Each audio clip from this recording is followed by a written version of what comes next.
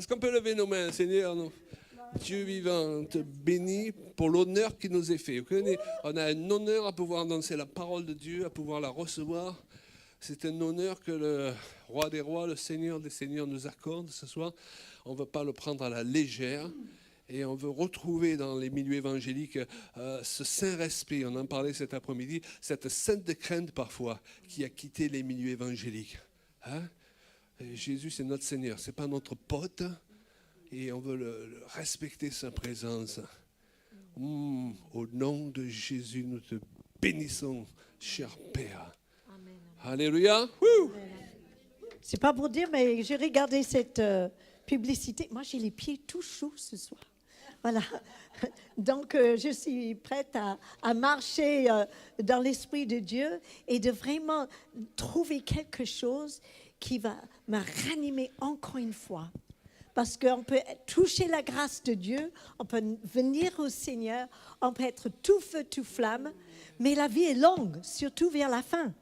Hein? Et on a besoin d'entretenir cet feu, parce que sinon, la vie est moins drôle.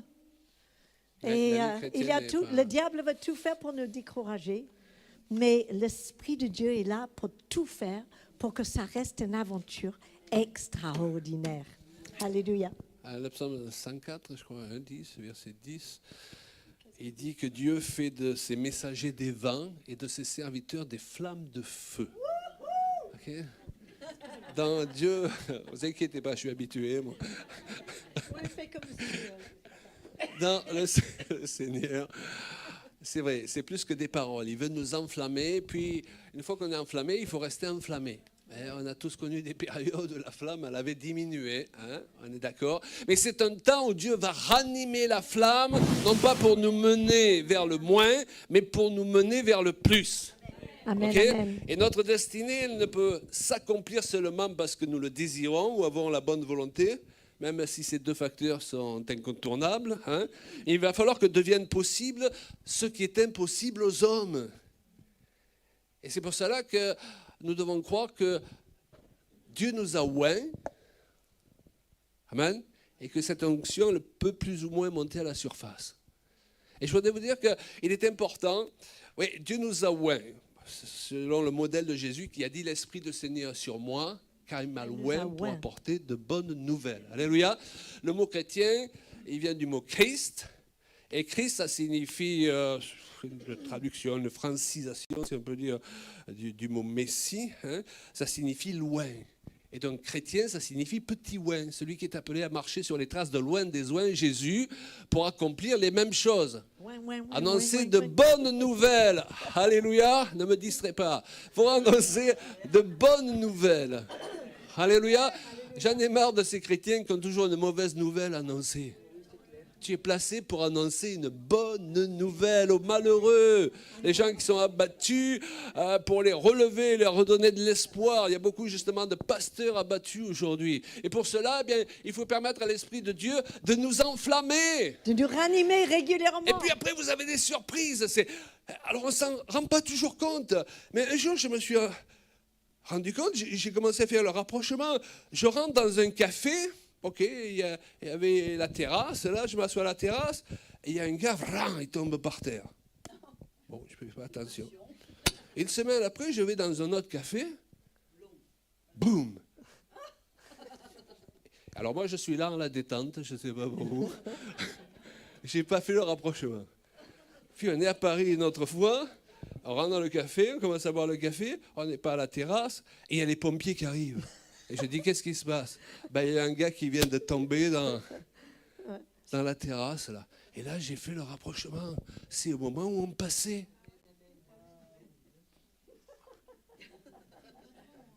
Commencez à regarder autour de vous.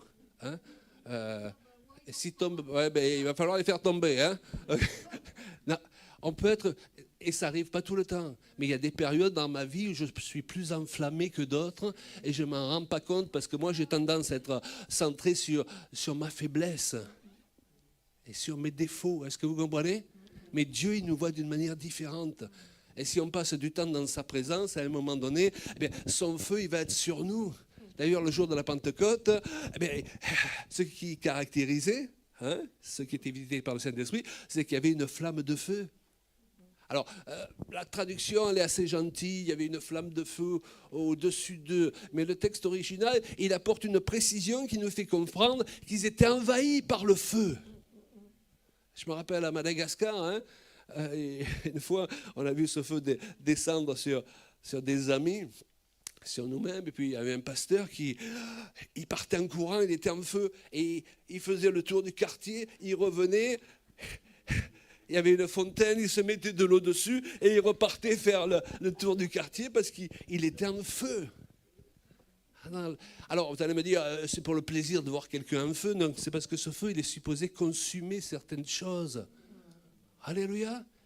Et on a besoin que nos souffrances, nos découragements, nos mauvaises expériences du passé soient consumées. Absolument. Et parfois, ça ne suffit pas juste d'avoir un message d'encouragement. On a besoin que le Saint-Esprit fasse le job pour confirmer la parole qui a été annoncée. On trouve que c'est génial l'idée de recevoir le feu de l'Esprit. Mais on réalise pas, ça peut brûler un peu. Mais ce qu'on veut, c'est que, Seigneur, tout ce qui n'est pas de toi, Seigneur, consume-le pour qu'on soit comme des flambeaux. Moi, ça m'est arrivé, les gens ils me disent, mais Juliette, tu es vraiment allumée. Alors, je me suis posé les questions, j'ai dit, oh, chouette. Et après, j'ai réfléchi 2 fois. J'ai dit, mais peut-être, il ne comprend pas exactement le feu qui m'anime. J'ai dit, non, mais là, tu es une vraie torche. Hein? Mais il faut mieux être connu comme quelqu'un qui est habité par quelque chose, par l'Esprit de Dieu, quelque chose qui vient de Dieu.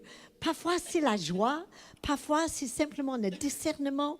Mais ça m'est arrivé, on est allé manger dans un restaurant une fois, et on était assise, et quelqu'un est venu, il a dit, ouh, elle m'a regardé, elle a passé devant plusieurs fois, et ensuite, c'était certainement quelqu'un qui avait touché l'occulte. Mais elle a certainement senti quelque chose. Et elle est venue plusieurs fois et ensuite, elle m'a dit, mais madame, vous êtes vraiment animée, par quelque chose. Voilà. Et donc, je l'ai regardée. Et c'est comme si elle était, voilà, elle est partie comme ça, mais rapidement. Mais on ne se rend pas compte de ce qui dégage de notre personne. Okay? Si vous êtes en feu pour le Seigneur, on amène le Christ ressuscité à l'intérieur de nous. C'est plus puissant que la bombe atomique, en fait. Et on ne se rend pas compte. Moi, je marche tranquillement. Mais ceux qui sont autour de nous, eh bien, moi, je crois qu'ils doivent ressentir cette présence de l'Esprit des chrétiens, de ceux qui croient dans le Christ. Si on est des petits oins, eh bien, cette onction devait être palpable. Mais parfois, c'est parce on croit que ça ne se voit pas, ou on est incrédule quelque part, dis-le la vérité, qu'on est capable de porter une si grande puissance. Dans des vases de terre. C'est que, voilà, on fixe plus les yeux sur le vase de terre, sur le contenant, que sur le contenu. Hein? C'est le bon... Oui. Oh, je suis un peu dyslexique. Hein, mais parfois, on voit de l'extérieur dans la glace cet contenant et on ne réalise pas le contenu qui est à l'intérieur, qui brille en fait même à travers tous nos défauts, nos brisements, malgré nous, on porte ça avec nous. Et c'est une des plus grandes richesses que Dieu nous a confié quand on a donné notre vie à lui.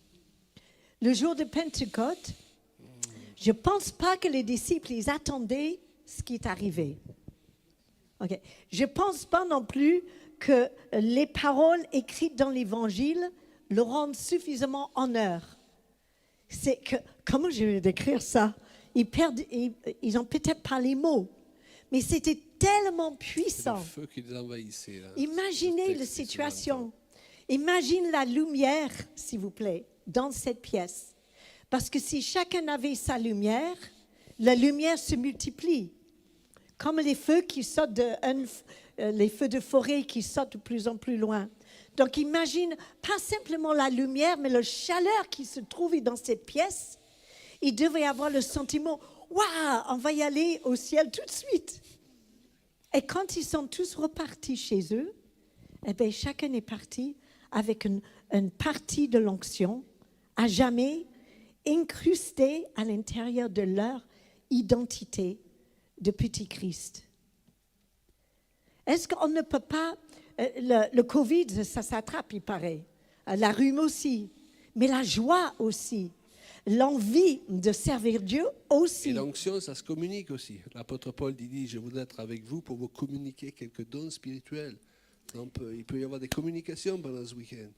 Et moi, je veux être animée. Et je ne veux pas perdre cette passion.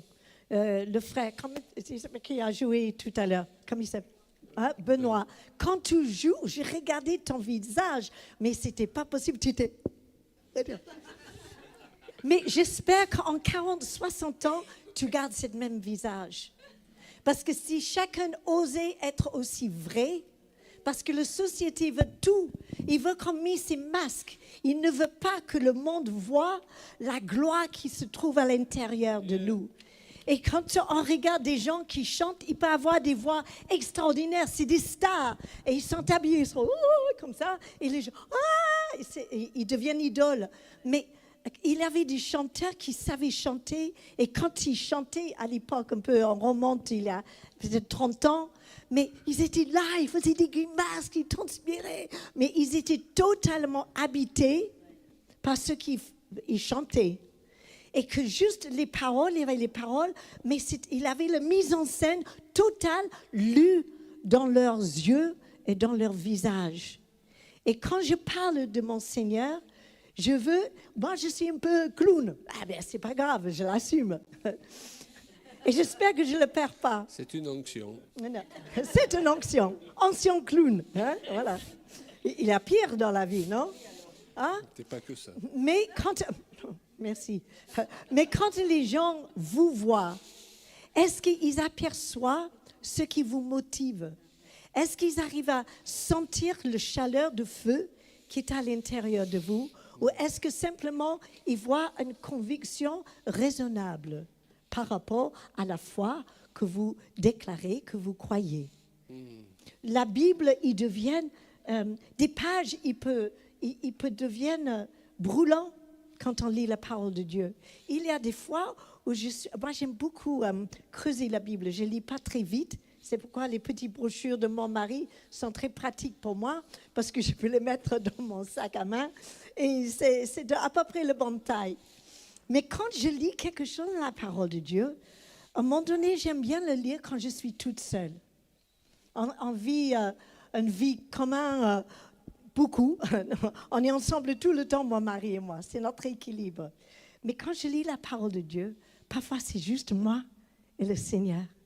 Et il y a des passages, je me trouve émue devant un texte et je vis un truc. Vous vivez un truc parfois quand vous lisez la parole de Dieu? Parce qu'il y a une puissance dans la parole, parce qu'elle est vivante. Parce que vous êtes vivant, vous n'êtes pas mort. C'est un mensonge de la part de l'ennemi. Et tant que cette flamme en moi, vous vous rappelez ça? Tant que cette flamme est allumée, eh bien, les gens vont pouvoir lire simplement en vous voyant vivre l'Esprit de Dieu. Et bien, être tirés vers vous, parce qu'ils sont tirés par le Seigneur qui habite en vous. Et la communication, ce message, il va passer à travers vous. Donc, ce n'est pas une question d'avoir une façade, c'est en fait de devenir plus invisible quelque part, plus translucide, plus transparent, pour que Christ qui habite en nous va pouvoir se rayonner à travers votre personnalité, votre identité et votre différence. Amen. Alors, je vais rebondir encore sur l'onction, parce que pour que ces choses deviennent une réalité, il faut comprendre certaines choses. Déjà, il y a deux onctions qu'il ne faut pas mélanger. Lorsque vous naissez de nouveau, vous naissez de l'Esprit. Donc le Saint-Esprit vient faire sa demeure en vous. Okay?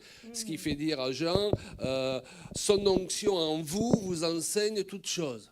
Hein, son onction, vous avez été oint par le Saint-Esprit, c'est comme ça qu'on est de nouveau.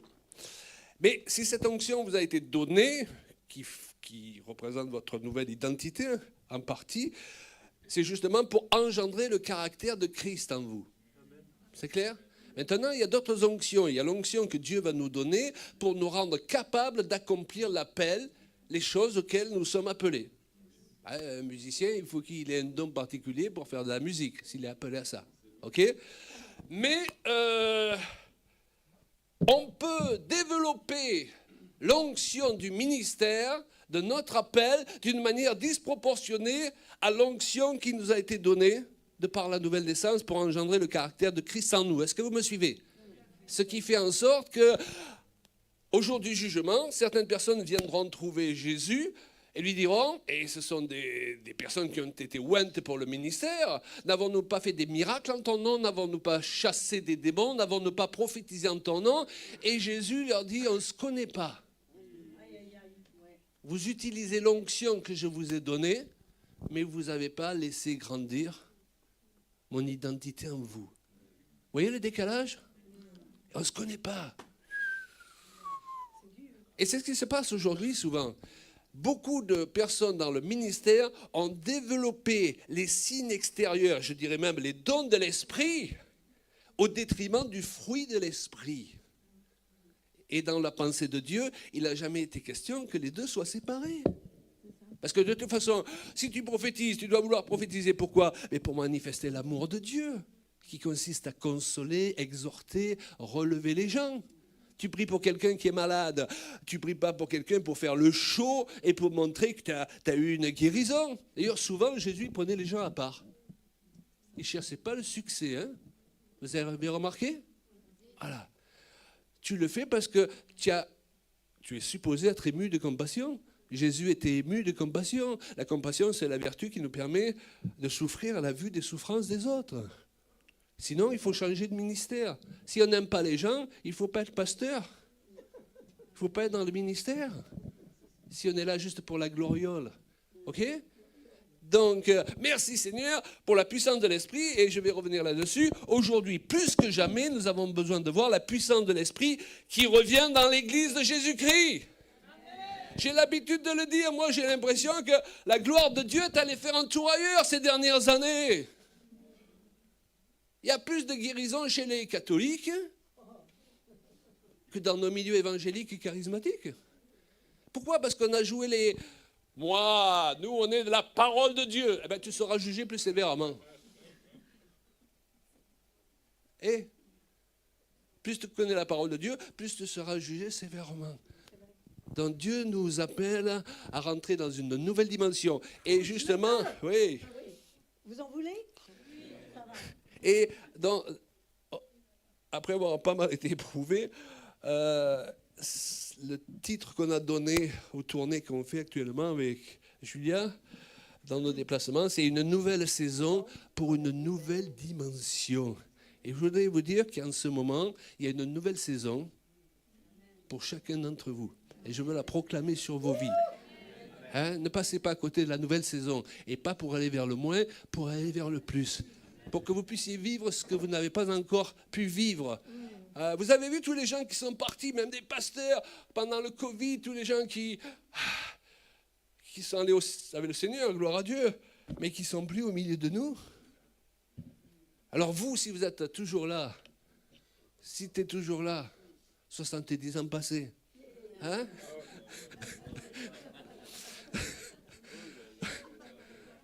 Si vous êtes toujours là, surtout ceux qui, comme moi, ont un âge certain ou un certain âge, alléluia, si Dieu nous a gardés, ce n'est pas pour faire du tourisme, c'est parce qu'il a quelque chose pour nous. Et ça serait idiot de se mettre à la retraite et de passer à côté de ce que Dieu a pour nous. Est-ce que vous comprenez? Dites-le, Dieu a quelque chose pour moi. Tu as quelque chose pour moi. Et peut-être que pendant ce week-end, tu vas comprendre ce qu'il a pour toi pour que tu puisses rentrer dans cette nouvelle saison. Alors, je le disais à Christian tout à l'heure, j'ai touché quelques mots là-dessus ce matin avec les ateliers. Comment vous présenter ça? Moi, je crois que Dieu nous attend ailleurs. Dieu nous attend ailleurs. Merci Seigneur pour les séminaires de délivrance. Merci Seigneur pour les séminaires de guérison. Merci Seigneur pour les cures d'âme, si c'est fait par les bonnes personnes, ce qui n'est pas toujours le cas. Merci Seigneur pour les médecins. Amen. Alléluia, on a eu besoin de médecins, et heureusement, gloire à Dieu. Il leur donne l'intelligence. On est d'accord? Mais tout ça, c'est des roues de secours. Alors, il vaut mieux rouler avec la roue de secours que rester en panne sur le bord de l'autoroute. Donc, je ne critique absolument pas ça. Moi-même, je prêche ces choses et j'en ai besoin. On est d'accord? Il n'y a pas de critique pour ceux qui font ces choses-là. Gloire à Dieu, heureusement qu'il y en a, ou même des psy-chrétiens. Parfois, on n'arrive pas à résoudre un problème d'une manière, ben on va le résoudre d'une autre, mais on ne se laisse pas mourir. Donc, il vaut mieux passer par la porte de derrière si on n'arrive pas à passer par la porte de devant. Donc, il n'y a aucune critique vis-à-vis de ces choses-là. Okay, nous-mêmes, on a eu besoin de docteurs. Mais c'est des roues de secours. Moi, je prends l'Évangile, je regarde le ministère de Jésus. Le gars le plus possédé de tout l'Évangile, comment son problème il est résolu? Ce n'est pas parce qu'on lui demande de confesser les péchés de tous ses ancêtres, de ses parents, qu'on lui fait une cure d'âme à n'en plus finir. C'est par la puissance de l'onction qui est sur l'homme, Jésus. Et la puissance de la parole de connaissance. Tu sais, quand tu as une parole de connaissance, tu débloques en 5 minutes un problème qui est bloqué depuis 10 ans. Vous me suivez? Je ne dénigre pas le reste parce que souvent on n'a pas le choix. Mais le ministère de Jésus, regardez, toutes les guérisons, d'ailleurs, il s'y prend presque jamais de la même façon. Parce que ce qu'il faut se rappeler, c'est que ce n'est pas à force de méthode qu'on aide le peuple de Dieu. C'est en étant à l'écoute du Saint-Esprit. Et à l'écoute du Saint-Esprit, à un moment donné, il fait du crachat, il les met sur les yeux d'un aveugle. D'ailleurs, la Bible seconde est gentille, il mit le crachat. Le texte original dit qu'il a craché sur les yeux de l'aveugle. Alors, je ne sais pas si tout à l'heure, peut-être on fait un appel. Ouais. De toute façon, si tu es guéri, tu t'en fous. Hein? Mais si tu n'es pas guéri, je vois bien que je parte en courant. Ça me rappelle un homme de Dieu qui... Il y a quelqu'un qui s'avance avec une tumeur, et puis il fait la prière classique, le lieu se dit, puis c'est bien, il faut... Et puis, le gars n'est pas guéri, et le gars va se rasseoir, il entend le Saint-Esprit qui dit « Donne un coup de poing à la tumeur ». Alors, il fait comme s'il n'avait pas entendu. Ça ne vous est jamais rien de faire comme si vous n'aviez pas entendu ce que Dieu vous dit de dire, parce que, ok. Et finalement, tellement il entend cette voix du Saint-Esprit insister, il refait venir la personne, et il lui donne un coup de poing à la tumeur disparaît.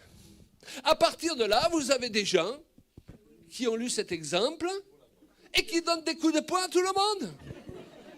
Ou qui vont vous cracher dessus.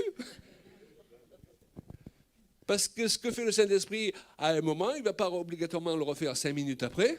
Et on connaît tous ces réunions, on a été puissamment visités, on essaie de refaire la même réunion la semaine d'après, c'est creux, il n'y a rien.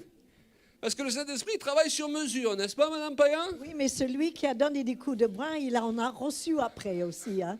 Donc, il a dit, il faudrait peut-être qu'il cherche un petit peu différemment comment transmettre les directives de Dieu. Il faut agir rapidement, mais il faut recevoir vraiment la manne le jour même. Je dirais même la réunion même. Aucune réunion, c'est la même. Et ce soir, vous êtes là, moi je dis, vous êtes comme un bouquet de fleurs. Demain, ça serait peut-être d'autres fleurs, peut-être vous allez revenir, mais c'est jamais la même composition. Qu'est-ce qu'on fait? Des coups de poing ce soir? Quoi, vas-y, hein, toi, vas-y.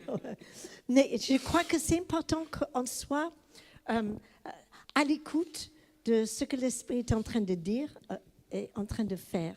Et très souvent, on va dans des réunions, on s'assoit et on se dit, bon, on va voir ce qui se passe. C'est pas vrai? Mais en fait, on devrait arriver avec cette flamme à l'intérieur de nous en disant « Attention, j'arrive. Voilà. Je me mets ici, j'éclaire un peu le coin de la pièce. » Et ensuite, je regarde ce qui se passe et je dis « Waouh, cette personne, elle est lumineuse. Cette personne, elle est attristée. Cela, peut-être il faudrait que j'aille prier pour elle à la fin de la réunion. » Et on est conscient, on demande à Dieu, Seigneur, révèle-moi, qu'est-ce que l'Esprit est en train de faire à cet instant? Quelle est l'onction qu'il est en train de préparer? Quel est le parfum? Parce qu'on a tous un parfum, on va dire ça comme ça. Et quel est le mélange de ce soir?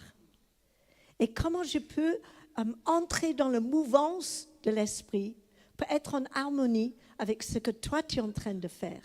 Ce n'est pas moi qui va changer les choses, mais si je me mets disponible à Dieu pour que son onction, l'onction que le Seigneur a placée sur nous, qu'on arrive à couler ensemble, eh bien, il aura cette chose extraordinaire qui s'appelle une onction collective, qui va descendre sur l'assistance, comme dans cette chambre haute.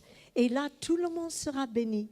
Peut-être ils ne vont pas réagir de la même manière, mais il y a quelque chose qui va nous propulser en avant, qui va nous révéler des mystères et qui va nous donner des directives pour la suite des choses. C'est pas ça ce qu'on veut ce soir? Alléluia. Moi, je crois vraiment que de marcher dans la présence du feu de l'Esprit de Dieu, c'est de comprendre justement quelle est mon onction et quelle n'est pas mon onction. Okay. Et d'être plus fidèle par rapport à ce que le Seigneur m'a choisi, mis à part, et de pouvoir le mettre à disposition avec les autres pour que le Saint-Esprit se sente à l'aise et qu'il se manifeste avec puissance. Là où 2 ou 3 se rassemblent, n'est-ce pas? Amen. Le psaume 133, Psaume pour 133. rebondir à ce que tu disais. 3. Il dit qu'il est doux et agréable pour des frères de demeurer ensemble. Frères et sœurs. Donc on voit que l'œuvre de Dieu se fait de diverses manières. Alors on peut tous prier, être bénis, seuls. Maintenant la Bible dit si 2 d'entre vous s'assemblent, ça veut dire qu'on peut aller plus loin en s'assemblant avec quelqu'un. Peut-être déboucher des puits qu'on n'a pas réussi à déboucher seul. Et c'est vrai qu'il y a des choses dans notre vie, parfois on a jeûné, on a prié, on s'est cherché des péchés là où il n'y en avait pas. Ok? Vous avez déjà fait ça? Surtout lorsque quelqu'un te dit « Ah, mais c'est parce que tu as dû faire quelque chose qu'il ne fallait pas faire. » Ok? Et ça ne débloque pas parce qu'il faut t'assembler avec quelqu'un. Et puis il y a d'autres choses. Dieu nous attend en tant qu'Église, en tant que groupe. Je ne parle pas d'église, de grands bâtiments ou autre. Je parle d'une communauté qui arrive à fonctionner ensemble. Au lieu que ce soit 10% des gens qui sont en feu et 90 qui sont tièdes ou froids, c'est tout le contraire. C'est 90 qui sont en feu pour 10 qui ont besoin d'être aidés. Et là, il y a une promesse dans l'Écriture, c'est de faire sauter tous les bouchons que seul ou à 2, on n'a pas réussi à faire sauter. Les gars qui sortent des fauteuils roulants, je ne sais pas pour vous, moi les 3 quarts des gens que j'ai connus dans des fauteuils roulants, ils sont toujours dans des fauteuils roulants. Sans parler des 3 quarts des chrétiens à problème que j'ai connus quand j'étais pasteur, ils ont toujours les mêmes problèmes. Ce n'est même pas une accusation. On a besoin de lever le niveau un peu. Et pourtant, on a eu des périodes où on a vécu des choses extraordinaires. On a eu des périodes, quand on est allé à Toronto, on est revenu, justement, il y avait eu cette communication. Je me rappelle cette jeune femme d'origine maghrébine qui est rentrée dans la salle, et puis elle était en train de prêcher, et puis elle avait des yeux ouverts très grands, là. Elle ne s'est pas assise, elle est restée comme ça pendant toute la prédication, et à la fin, quand la réunion était finie, elle s'est approchée de l'estrade, je ne sais pas si tu étais là, si tu te rappelles de ça, et elle a regardé, et je lui ai dit, qu'est-ce que vous voulez, madame? Elle dit, où ils sont les spots? Je lui ai dit, quels spots? Ben, il y avait des grands spots, il y avait une grande lumière là-dedans, vous aviez allumé des spots. J'ai dit, non, on n'a pas allumé de spots, regardez, on n'a même pas rien éteint et allumé, mais si, il y avait une grande lumière. Elle ne s'est pas arrêtée là, elle a dit, et le Gange là-bas? Oui, il est le Gange là-bas. Son témoignage, elle n'était pas conditionnée, la personne, justement. Elle ne sortait pas d'un milieu où on lisait la Bible. Elle est rentrée, elle a vu une grande lumière, un gars en robe, elle a dit, il faut un spectacle. Et moi, je prêchais, je ne voyais pas. Donc, parfois, Dieu peut ouvrir vos yeux sans ouvrir les miens. OK? Et régulièrement, les gens rentraient dans l'église, ils disaient qui c'était le gars en blanc qui marchait là, dans l'allée pendant qu'on louait le Seigneur. On priait pour les gens. Oh, des fois, ils ne tombaient pas, ils étaient guéris. D'autres fois, ils tombaient. Cette sœur qui est tombée, elle s'est relevée, elle est sortie de 5 années de dépression. Elle est devenue une des personnes les plus joyeuses qu'on a connues par la suite. Donc, on a touché du doigt une partie de ce que Dieu veut faire dans ces temps. Amen.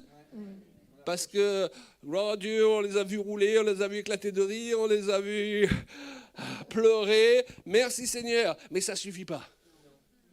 Et le Seigneur veut ramener toute une vague de ce qu'on peut appeler le vin nouveau, ce que vous voulez, mais qui accompagnait des signes et des miracles. Et j'ai eu une vision un jour là-dessus, où je voyais comme un rectangle pendant que je prêchais qui s'ouvrait une grande fenêtre. Il y avait cette vague qui arrivait et Dieu me disait c'est une nouvelle vague de vin nouveau, mais qui sera gérée plus intelligemment par des serviteurs de Dieu.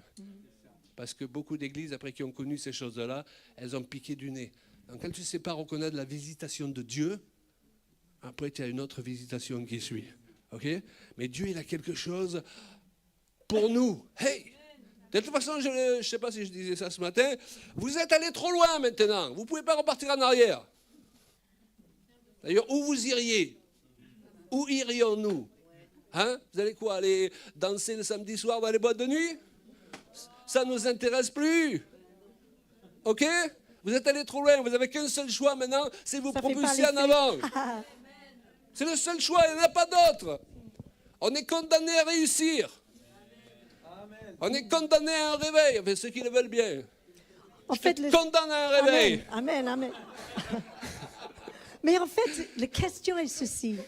Est-ce qu'on veut être des membres participants de l'œuvre de Dieu, le réveil qui vient, ou est-ce qu'on veut être des spectateurs? C'est un choix. Vous ne perdez pas votre salut. Vous avez plusieurs, comme on dit, options qui sont encore actives dans le contrat, mais vous n'allez pas vivre une grande aventure. Puis c'est sympa de regarder le pasteur Marcel Pagnol prêcher, raconter ses histoires. On s'assoit, c'est bien, on passe un bon moment. Hein? Mais il n'y a pas que ça. Alléluia. Mais le Seigneur, ce qu'il veut, c'est que l'Église devienne à nouveau vivant. Et vous savez, l'Église locale, eh bien, j'aime l'Église locale. L'église vocale? L'église, pas une église vocale, non, parce que là, on tourne en rond. Hein? On fait un tour, on fait un tour. Alors, ce qu'on veut, c'est une église locale, une église, une communauté. Mais peu importe ce qu'on l'appelle, en fait, on a besoin d'être ensemble. Mais dans une société où l'idée, le concept de communauté a été transformé à l'idée sociétaire. Et ce n'est pas la même chose. La communauté, ils ont le sens d'appartenance. De dire, ça c'est mon église. Ce n'est pas la meilleure. Hein? On a eu des hauts et des bas, mais c'est chez moi. Alléluia. Et je vais persévérer, je vais encourager le pasteur, je vais être là et je vais voir ce qui se passe et que même peut-être on a passé par quelques épreuves, mais je sais que la gloire va revenir parce que le Saint-Esprit, il visite des endroits où il a déjà visité. Il y a des endroits où c'est des rendez-vous, c'est comme des puits, comme un oasis, où l'Esprit de Dieu va visiter, il va revisiter. Et moi, je ne veux pas louper ça. Mais beaucoup de personnes, beaucoup de chrétiens aujourd'hui, ils vivent, et de plus en plus, des jeunes aussi, ils vivent leur vie chrétienne d'une façon solitaire. Je n'ai pas besoin d'une église parce que j'ai les réseaux. Je peux suivre le culte parce que c'est en streaming. Bonne affaire, je peux manger mes pancakes en pantoufles. Et voilà, oui, j'étais à l'église ce matin. Il y a même des églises virtuelles qui n'existent pas pour de vrai. Et il y a des milliers de membres. Eh bien, c'est vraiment le confort. Voilà. Et avec l'IA, on va avoir des surprises. Comment? Qu'est-ce que avec l'IA, on va avoir des surprises. Non, mais c'est que le début. Mais en fait, l'être humain, vous savez, il y a quelques années, moi j'aime bien, j'ai un grand jardin, disons. Et toi aussi, oui. Et moi j'aurais aimé avoir des moutons, des chèvres, des ânes. Même le voisin, il voulait me donner quelques-uns. Moi non plus. Et je dis, Claude, c'est trop bien. Il a dit, parce qu'en fait, on ne peut pas tout faire. On ne peut pas être sur la route, on ne peut pas avoir un ministère et l'exercer pleinement si on est distrait par autre chose. Mais à un moment donné, quelqu'un nous a donné une chèvre. Elle était super mignonne, toute petite comme ça. Elle nous suivit comme ça. Mais c'était vraiment trop bien. Mais la chèvre a grandi. On a cru qu'une chèvre, ça fonctionnait comme un chien. Et j'ai vu que, non, il ne faut pas manger mes roses. Tu vois? Donc, qu'est-ce que j'ai fait? J'ai mis un grillage autour de mes roses. Mais ensuite, elle est allée manger les autres trucs. Et finalement, j'ai fini avec un jardin où tout ce qui était plantes était en cage pour que le chèvre soit libre. Et je dis, attends, il y a un problème là. Elle devait être en cage et mon jardin, il devait pouvoir fleurir. Et quelqu'un m'a dit, mais en fait, la faute, c'est qu'une chèvre, c'est pas un animal qui doit vivre seul. Et en Suisse, il y a des lois que tu ne peux pas avoir une chèvre ou un mouton. On est obligé d'en avoir 2 ou 3 parce que c'est un animal qui est fait pour vivre en communauté. Et mes amis, le Seigneur ne nous a pas comparés à des chèvres, en tout cas, heureusement pas vous. Hein? Mais il nous a comparés d'être des brebis. Alléluia. Et on n'est pas fait pour vivre seul, on est fait pour communiquer, pour demander, poser des questions, pour être enseignés l'un par l'autre, pour promouvoir les uns les autres, Amen. pour encourager les uns les autres. Et d'être seul, parfois, c'est très bien. On a besoin de se trouver seul avec le Seigneur. Même moi, je l'aime, mais parfois, on a vu tellement de monde ce week-end. Alors, seul à la maison, c'est bien. Je vais mettre un peu de l'eau. Non, même pas de musique, rien. Juste, je vais cultiver mes roses. Et là, le Seigneur, il veut me parler. On a besoin d'être seul parfois. Mais le problème aujourd'hui, ce n'est pas la solitude, c'est l'isolation. C'est qu'on est isolés des uns des autres. Et les jeunes sont de plus en plus isolés dans leur tête.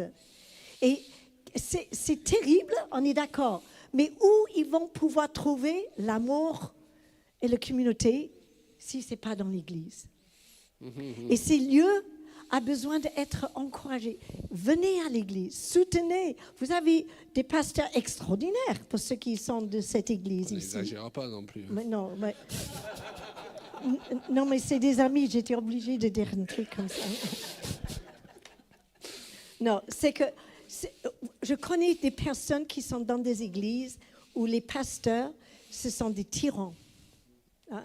Ou sinon, c'est des dominateurs et manipulateurs. Je connais un pasteur, il a dit à un jeune, il dit, mais tu ne peux pas quitter l'église parce que le Seigneur m'a dit que tu vas trouver ta femme ici. Et donc, le jeune a resté encore 6 ans. Elle n'a pas trouvé sa campagne. Il a réalisé. Ça s'appelle de la sorcellerie charismatique. Il a réalisé qu'en fait, il était manipulé et que le pasteur, il manipulait les gens de rester avec. Mais vous savez, il y a des bergeries où les brebis, ils se trouvent bien et que même si la porte est ouverte, ils restent parce que le bon berger habite là. Alléluia.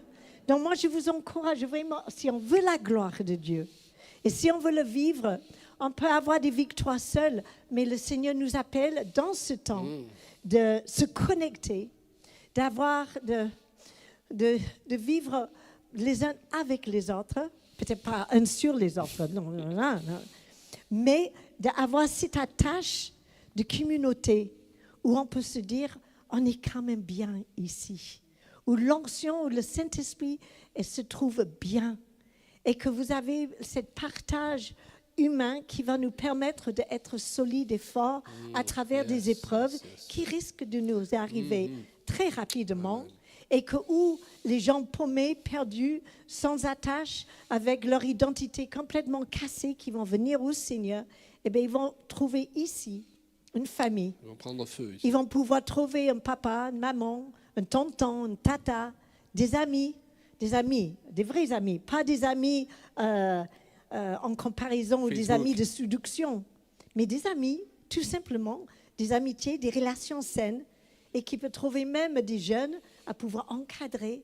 Et c'est là où la gloire de Dieu, dans ce frictionnement, le Saint-Esprit va s'enflammer et vous allez être connus comme des personnes en feu et dans des personnes où l'amour du Christ se révèle. Même sans avant de parler d'un verset biblique, les gens ils vont dire de vous, ah, cette personne-là, elle a l'Esprit de Dieu C'est sur un elle. verset biblique. Alléluia.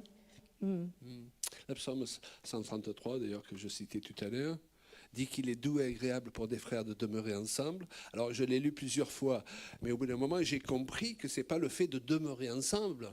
Moi, je connais des chrétiens, je les aime bien, mais c'est tout sauf doux et agréable d'être avec eux. Je ne sais pas, il y en a ici, sur Toulon, enfin, soyons honnêtes. Je les aime C'est bien, tout mais- sauf doux et agréable d'être avec des gens qui te critiquent toujours, des gens qui te regardent avec condescendance, des gens qui n'aiment pas ta coupe de cheveux, tu essayes de leur plaire, ils ne seront jamais contents. Soyons lucides. Okay? C'est à la condition, dit le psaume, que nous créons une ambiance dans laquelle il est doux et agréable de se trouver. Donc, il vaut mieux être 5 avec cet état d'esprit. On aura plus de résultats que 1000 qui sont dans la désunion et qui se jugent les uns les autres. Et nous comprenons là pourquoi une église tellement divisée en tant que corps de Christ, je parle ici, eh bien, voit si peu de miracles actuellement. Alors que le psaume 133, il promet des miracles extraordinaires parce qu'il dit c'est là que Dieu envoie la bénédiction. Parce que le bouchon que tu n'as pas réussi à faire sauter dans ta chambre en priant, que tu n'as pas réussi à faire sauter en priant avec un frère ou une sœur, là tu vas le faire sauter. Pourquoi? Parce qu'il y a une démultiplication d'onction. Nous sommes des oins. Alléluia. Ça me rappelle le témoignage d'un ami pasteur. Ils étaient en train de prier dans son salon, et puis la Shekinah, le nuage de gloire du Seigneur est descendu dans le salon. Mais ce qu'il a interpellé, c'est qu'ils étaient tous en train de prier en langue, et il a noté que ce nuage, il sortait de la bouche, comme de la nuée de tous les gens qui étaient en train de prier en langue. Et tout ce qui sortait des bouches des gens se rejoignait, formait la Shekinah. Et qu'est-ce que c'est la Shekinah? C'est une présence particulière du Seigneur qui fait que quand c'est là, à la rigueur, même pas besoin d'imposer les mains aux gens. Tu tends la main, tu prends ce que tu veux. Seigneur, j'ai besoin d'un bras. Allez. Dans le réveil d'Azusa Street, j'ai un bouquin des gens qui ont vraiment vécu le réveil d'Azusa Street. Ils n'avaient pas de sono comme nous, ils n'avaient pas la carpette. Je crois que le pupitre, c'était une cagette pour les poules ou un truc comme ça. Ils chantaient a cappella, ils n'avaient pas de musiciens. Mais la gloire de Dieu descendait dans ce lieu et il y avait des bras qui repoussaient. Donc le diable, il a augmenté sa vitesse de travail, si je peux dire. Et Dieu, c'est pas Dieu qui est là derrière, qui suit, qui essaie de rattraper. Dieu, il est devant notre Dieu. Il est plus grand, notre Dieu. Alléluia. Il est fort et puissant. Alors, bien sûr que souvent, il faut se débarrasser de certaines choses pour qu'on puisse être guéri, on puisse être restauré. Mais enfin, Jésus, là, dans son ministère, il visite des gens et puis il délivre. Et il n'y a pas de conditions si extraordinaires que ça. Amen. Après, oui, une fois que les gens ils ont touché la gloire de Dieu du doigt, on peut leur enseigner, voilà, mettez bien vos vies en règle. Si vous avez des objets à la maison dont il faut se débarrasser, débarrassez-vous de ces choses-là. Mais dans son ministère, là, il ne fait aucune de ces choses-là. C'est après que ça se fait, ça. Mais d'abord, il montre qu'il n'y a rien qui arrête Dieu. C'est pas parce que ta grand-mère était une sorcière que ça va l'empêcher de te bénir. Ah, c'est sûr que si tu es là et tu t'arrêtes, tu nous bassines pendant 3 jours avec ta grand-mère, tu ne vas pas avoir la foi qui est nécessaire pour que Dieu puisse agir.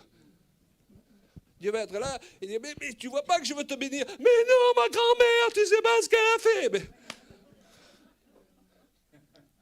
Et une fois qu'on a touché la gloire de Dieu, là oui, on va bien mettre nos vies en règle, on va nettoyer ce qu'il faut nettoyer. Mais nous, on fait tout à l'envers. On commence à enseigner aux gens qu'il faut tout nettoyer pour qu'enfin ils touchent la gloire de Dieu. Vous me suivez? Parce que souvent les gens disent il faut être biblique. Ben là, prenez la Bible, prenez les évangiles. Moi, je veux le Dieu puissant. Je ne veux pas que mon christianisme il fasse pitié. Je veux qu'il fasse envie. Je ne veux pas que mon couple il fasse pitié. Je veux qu'il donne envie aux jeunes gens de se marier. Il y a trop de gens qui font pitié dans l'église de Jésus-Christ. Amen. Et vous devez faire envie. Les gens, il faut qu'ils aient envie d'être dans votre entourage parce que dans votre entourage, leur vie se décomplique. Je connais des tas, même de pasteurs, dans leur entourage, ma vie se complique. C'est le monde à l'envers. Hey! Et on va terminer une dernière partie de ce message. J'ai un petit truc. Tu veux t'exprimer ce soir? Ouais. Tu sais que les femmes ne peuvent pas s'exprimer. Hein? Il y a un verset dans l'Écriture qui dit... Merci de me rappeler. Ouais. C'est gentil de ta part. Je vais te montrer un verset ou deux quand on... Ah, mais attends, j'ai une... On se taquine un peu. Non, mais j'ai une brochure, si tu veux le lire, c'est formidable. Ah oui. Ça parle C'est de moi qui ministère l'écris des en femmes. plus. Parfois, le Seigneur il me dit, tu devrais relire une de tes brochures. Ça n'arrive pas. Des fois, j'ai oublié ce que je prêche. Ça arrive. Je voulais vous demander, poser une question, d'accord? Tout le monde va être honnête. Alors, qui a déjà vu la puissance de Dieu manifestée dans leur vie? OK. Et qui a reçu quelque chose de très fort quand vous êtes converti? Okay. Alléluia. Voyez, c'est génial. Et qui est témoin d'avoir vu l'Éternel à l'œuvre dans quelqu'un autour de vous? OK. Ensemble, je crois que tout le monde a levé la main d'une manière ou d'une autre. Mais on oublie si vite fait ce qu'on a déjà vécu. Et je sais que le Seigneur, j'ai eu une guérison instantanée quand j'étais jeune, après le deuxième accouchement. Et normalement, je ne devais pas pouvoir avoir d'autres enfants. Et on m'a dit d'être juste contente que j'ai déjà 2 petites filles et que je n'essaie pas d'avoir d'autres enfants, surtout pas. Eh bien, le Seigneur m'a donné 2 garçons. Okay? Mais ce qui est extraordinaire, c'est que j'étais guérie pendant la nuit d'une façon extraordinaire, qui voulait me faire ce qu'on appelle une hystérectomie. Il voulait tout enlever. Et j'avais que, je crois, 25 ans. Donc, gloire à Dieu. Mais il y a d'autres fois où les guérisons étaient plus progressives. Mais j'ai vu la main de Dieu. J'ai vu des anges dans ma vie. J'ai vu des personnes se lever guéries dans sa présence. J'ai vu des personnes qui étaient totalement transformées au niveau de leur identité. Les méchants, des vrais méchants, qui sont devenus des vrais gentils. Non mais attends, si ça c'est pas un miracle, hein? Non, mais, il y en a beaucoup de vrais méchants hein, ici. C'est bien d'avoir une guérison physique, mais à choisir, je préfère un méchant qui devient gentil. Hein? Je préfère quelqu'un qui était vraiment perdu et qui devient une lumière, qui brille et qui amène des milliers à Christ. Parce que c'est ça le problème. Beaucoup de gens parfois sont touchés par le Seigneur, mais ils restent les mêmes. Comme je le dis, parfois il y a des gens qui tombent 10 fois par terre, ils se relèvent et ils sont pires qu'avant. Autant qu'ils restent debout. Vous comprenez ce que je veux dire? Merci Seigneur, fais ce que tu veux, mais ce qui est important, c'est le travail que Dieu fait en toi. Saül, le roi Saül, sous l'onction de l'Esprit, il a roulé par terre, il était tellement secoué par l'Esprit, donc des fois l'Esprit fait ce qu'il veut et il nous secoue, hein, et il était à moitié nu, ok, mais il se relève, il va encore tuer David. Donc il n'a pas laissé l'intérieur. Et c'est pour ça que ça crée de la confusion chez beaucoup de gens. Ils voient parfois l'Esprit de Dieu qui est en train de souffler, mais ils voient les gens qui restent les mêmes, ou sinon qui deviennent pires. Mais l'idée du souffle de l'Esprit, c'est de transformer ton caractère. Qui veut devenir meilleur? Alléluia. Qui veut toucher plus de Saint-Esprit? Qui veut revivre ce que vous avez vécu dans le passé? Alléluia. Qui a envie de vivre ce que vous n'avez jamais vécu? Hein? D'être touché. Moi, honnêtement, je suis jaloux quand je vois des gens, ils me disent waouh! Et on prie pour eux, ils partent à 3 mètres en arrière. C'est génial ça. Mais peut-être le Seigneur va me guérir différemment. Mais je veux voir la force de Dieu habiter en moi, pas juste de temps en temps, ou une fois ou deux dans ma vie, et que quand je donne un témoignage, c'est un témoignage d'il y a 40 ans. Moi, je veux donner un témoignage de ce que j'ai vécu hier. Yes. Et moi, je veux avoir mes yeux suffisamment ouverts pour que je puisse reconnaître quand c'est l'Esprit de Dieu. Parce que je crois que j'ai passé à côté des centaines de miracles simplement parce que j'avais pas les yeux pour les voir. Et que j'ai pas vu, dans ma tête, j'ai raisonné, ah non, mais ça c'est parce que tu as changé de médicament. Oh non, mais oui, tu dis que tu es guéri. Oui, mais c'est incroyable comme les pensées peuvent être incrédules et ils cherchent de raisonner d'une façon humaine. Et pourtant, c'était l'Esprit de Dieu qui était en train de souffler parmi les gens. Moi, je veux vivre en contact, un pied dans le surnaturel, un pied dans les naturels. Déjà que je sois encore en vie, c'est déjà un miracle. Vous êtes content? Je suis là, non? Non. Enfin, moi, je suis content. Mes enfants aussi. Mais surtout, je crois que le Seigneur, il est content que vous êtes encore en vie. Et que si pour une raison ou une autre, avez laissé l'ennemi vous détourner de le bon chemin, eh bien, revenez au carrefour où vous étiez encore à cet endroit avec le Seigneur et que vous étiez en paix et vous étiez puissamment illuminés. Parfois, ce n'est pas loin. Oser dire, mais là, peut-être, je me suis laissé trop aller dans les mauvaises pensées. J'ai laissé trop l'inquiétude m'accabler. J'ai laissé trop la souffrance de mes enfants me devenir un fardeau qui m'a terrassé. Et revenez juste à cet endroit, ces carrefours, où toi et le Seigneur, vous étiez remplis l'un et l'autre et que vous étiez en harmonie et vous croyez encore. Revenez, redevenir crédule, que l'Esprit de Dieu peut souffler et se manifester à travers des miracles, même ce soir. Vous avez besoin de miracles? Vous avez besoin de retrouver votre joie? Vous avez besoin de revenir peut-être à cet amour, le premier amour? Eh bien, moi, je veux voir cet miracle-là ce soir. Et je veux que vous puissiez le saisir et que vous ne le lâchez plus jusqu'à la fin de votre mandat, la fin de votre vie. Parce que la joie et la puissance et la lumière de Christ, ce n'est pas juste quelque chose que Dieu nous donne, c'est un héritage, c'est mon droit. J'ai le droit et c'est mon héritage. Alors je ne laisserai plus personne ni rien me voler. Amen. Alléluia. Et ce soir, on veut vraiment proclamer sur vos vies de nouvelles saisons. On veut la prophétiser, Amen. cette nouvelle saison sur Amen. vos vies. Ok? Amen. Et Isaïe 10, 27 dit que c'est l'onction qui brise le joug. Okay? Dans le texte original, c'est l'onction qui fait exploser le joug. Dieu ne veut pas juste briser nos jougs, il veut les faire exploser. Prenez un vase, par exemple, vous le tombez par terre, il se brise. Bon, éventuellement, vous pouvez le récupérer et recoller les morceaux. Amen. Mais si vous mettez un bâton de dynamite dedans, ok, donc il est temps que nos jougs explosent au lieu qu'ils soient simplement brisés.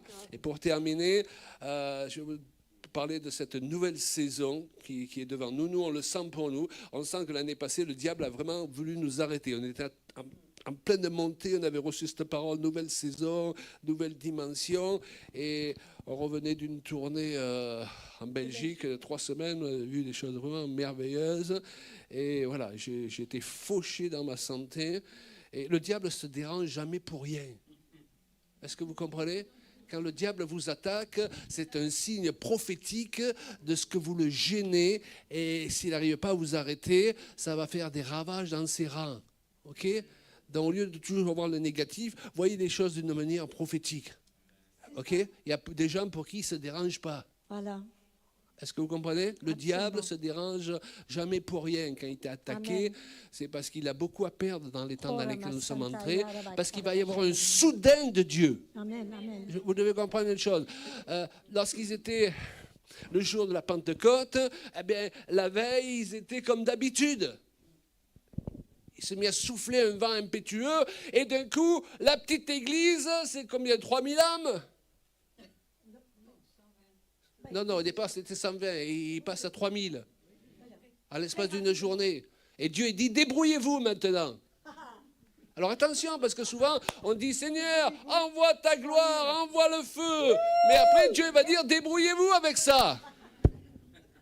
Hein, comme disait Christian tout à l'heure, le feu, c'est le feu pour bénir, c'est le feu pour juger aussi. Et il y a tellement de choses que Dieu ne va plus accepter dans l'Église. Amen.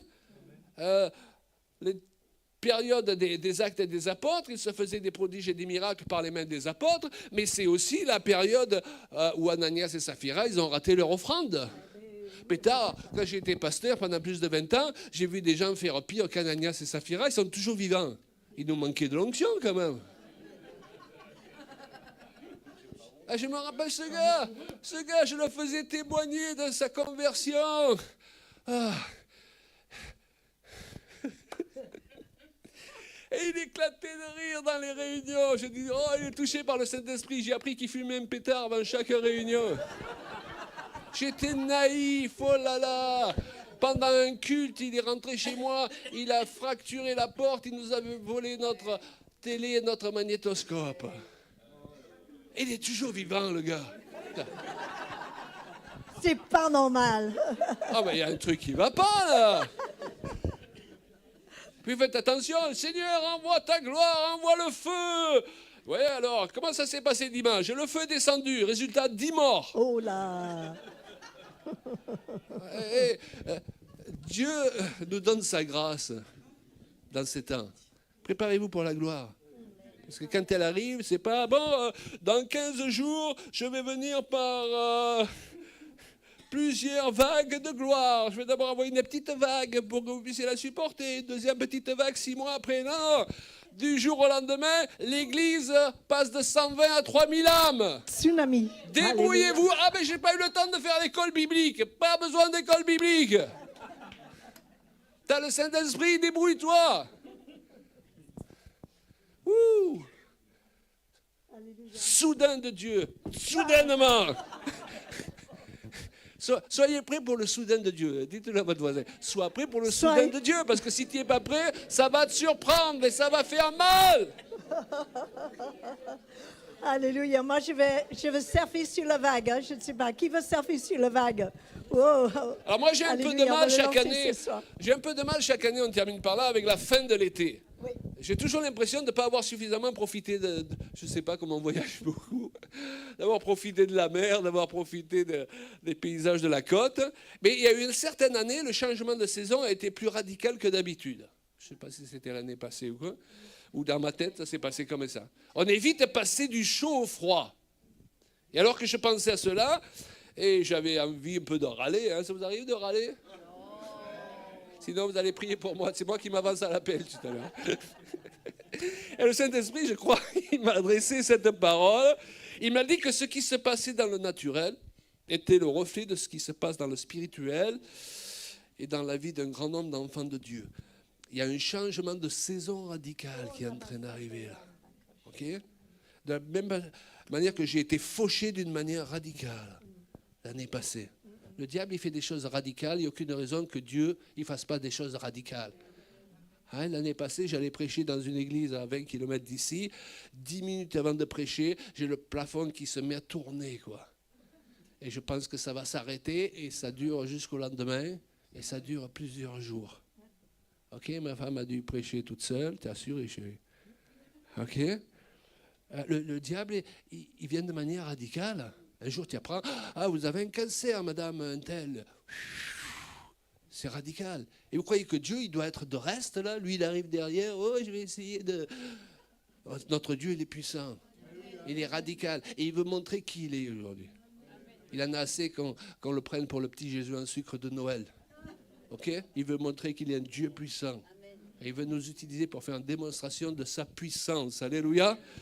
Ouh, et on ne peut bien communiquer aux autres que ce qu'on a reçu. Amen. Il y a un passage, je n'ai pas en tête la référence, mais c'est la confusion totale. Et la personne, il dit, et je ne savais plus quoi faire, j'avais perdu tous mes moyens. Et là, alors je suis entrée dans le Saint des Saints, j'entrais dans le tabernacle de Dieu. Et là, le Seigneur, il a ouvert mes yeux et il m'a changé ma perspective des choses. Et j'ai compris ce qui allait arriver. On a besoin de changer notre perspective. On a besoin de plus le voir d'en dessous, mais de se mettre, comme tu disais tout à l'heure, de dominer la situation et de ne pas subir la situation. On a besoin d'être préparé dans le cœur pour que quand le Seigneur, il fait, comme Claudie m'a fait tout à l'heure, wow, comme ça, voilà, tu vois. Et que comme ça, quand d'un coup, eh bien, ça arrive, on peut dire, oui, c'est bon, je suis prête. Je n'ai pas besoin d'amener plein de bagages, j'ai besoin d'amener ce qui est à l'intérieur de moi.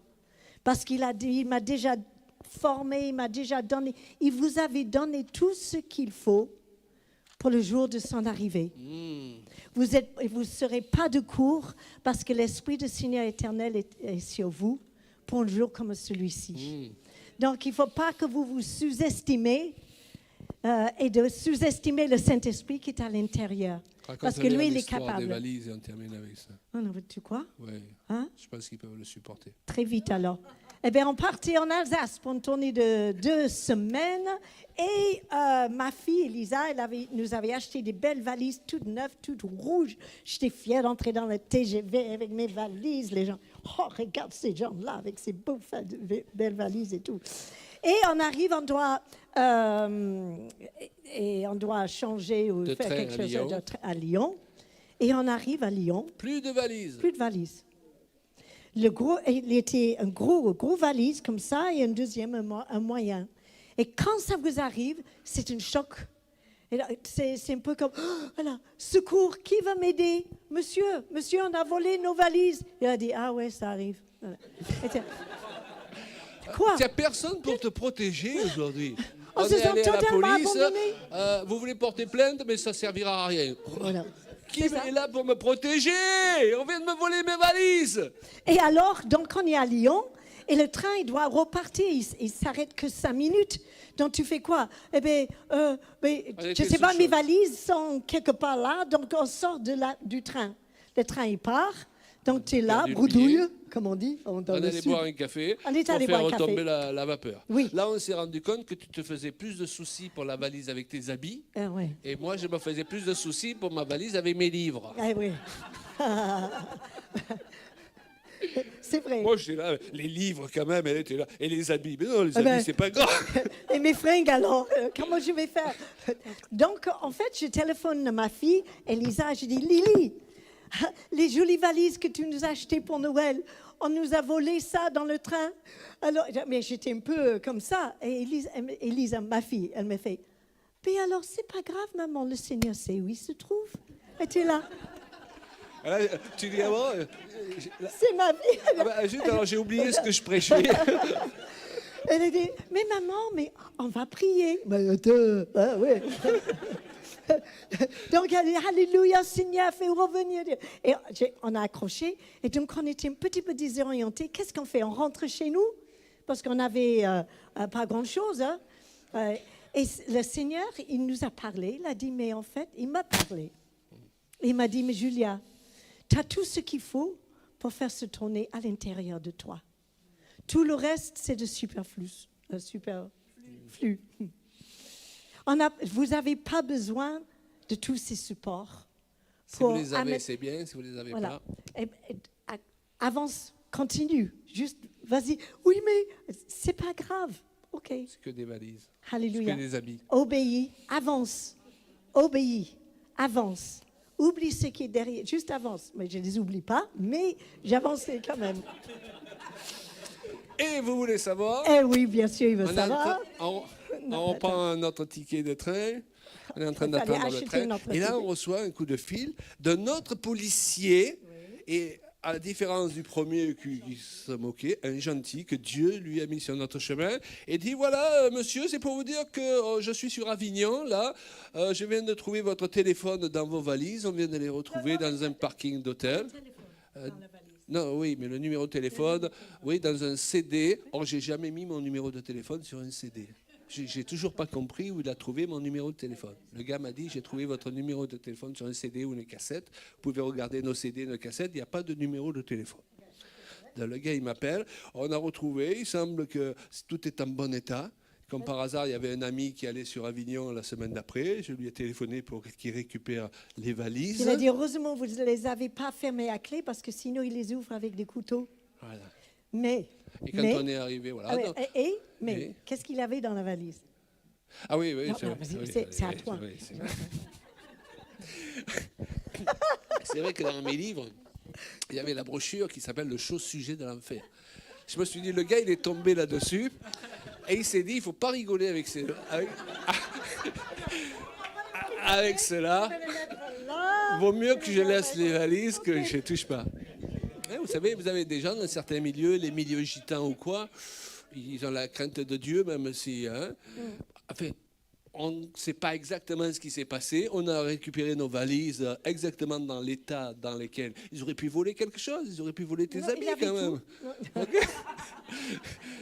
Et, mais par contre, ce qui est extraordinaire, parce que d'abord, c'est déjà miraculeux de retrouver, parce que ça n'arrive jamais. Mais quand on arrive, on est parti donc en Alsace, et nos amis là-haut, ils ont dit, allez Julia, on va au magasin, on va faire des magasins. On va m'acheter plein de fringues neuves. Mais c'est important dans le témoignage que je donne. Moi, je me suis fait livrer d'autres livres. Il s'est fait livrer des livres. Donc, le Seigneur, il va prendre soin de nous. Les choses, c'est que ne laisse pas l'ennemi vous effrayer. C'est à l'intérieur, vous l'avez à l'intérieur. C'est ça. Ok, même si vous ne le sentez pas, vous l'avez à l'intérieur. Ouais. Parce que le diable vous dit, t'es minable, tu n'y arriveras jamais. C'est parce qu'il sait qu'avec Dieu, vous pouvez arriver. Et que vous êtes tous sauf des minables, parce que le Seigneur n'a jamais recréé de nouvelles créatures minables. Il nous a recréés en Jésus-Christ. Dis-le, j'ai tout à l'intérieur. J'ai tout à l'intérieur. Alléluia. L'Esprit du Seigneur, l'Éternel, est sur moi. Alléluia. Est-ce que vous pouvez vous lever 5 minutes, juste 3 Allez minutes. vous entraîner sur le port, rentrez dans les bars, vous voyez ce que ça donne. Et tant qu'il ne tombe pas, vous repartez, vous retournez à la maison, vous priez en langue et vous repartez sur le... Vous essayez notre bar. Alléluia. Tu peux me tenir le micro une seconde? Alléluia. Voilà. Faites comme ça. Alléluia. Et faites avec moi. L'Esprit du Seigneur, l'Éternel est sur moi. Quand il m'a oint, il m'a consacré, il m'a mis à part. Il m'a donné pour ambition d'apporter la bonne nouvelle aux malheureux, de guérir ceux qui ont le cœur brisé, de proclamer aux captifs la liberté et aux prisonniers la délivrance. Alléluia, de publier une année de grâce de l'Éternel et un jour de vengeance de notre Dieu. De consoler tous les affligés, de soutenir les affligés de Sion, de leur donner, oh j'aime trop cette partie-là, de leur donner un diadème au lieu de cendre. Donc débarrassez-vous de tous ces machins-là. Hein? Okay, j'ai besoin de micro. Hein? Un huile de joie au lieu de deuil. Un vêtement de louange au lieu d'un esprit abattu. Alors, plus fort, alors, et on nous appellera. Donnez la main à quelqu'un. On nous appellera des tyrabins de la justice. Alléluia, une plantation pour révéler la gloire de l'Éternel. On va travailler ensemble, les amis. Alléluia. Pourquoi? Parce que l'Esprit du Seigneur, l'Éternel, est sur moi. Soyez bénis. Alléluia.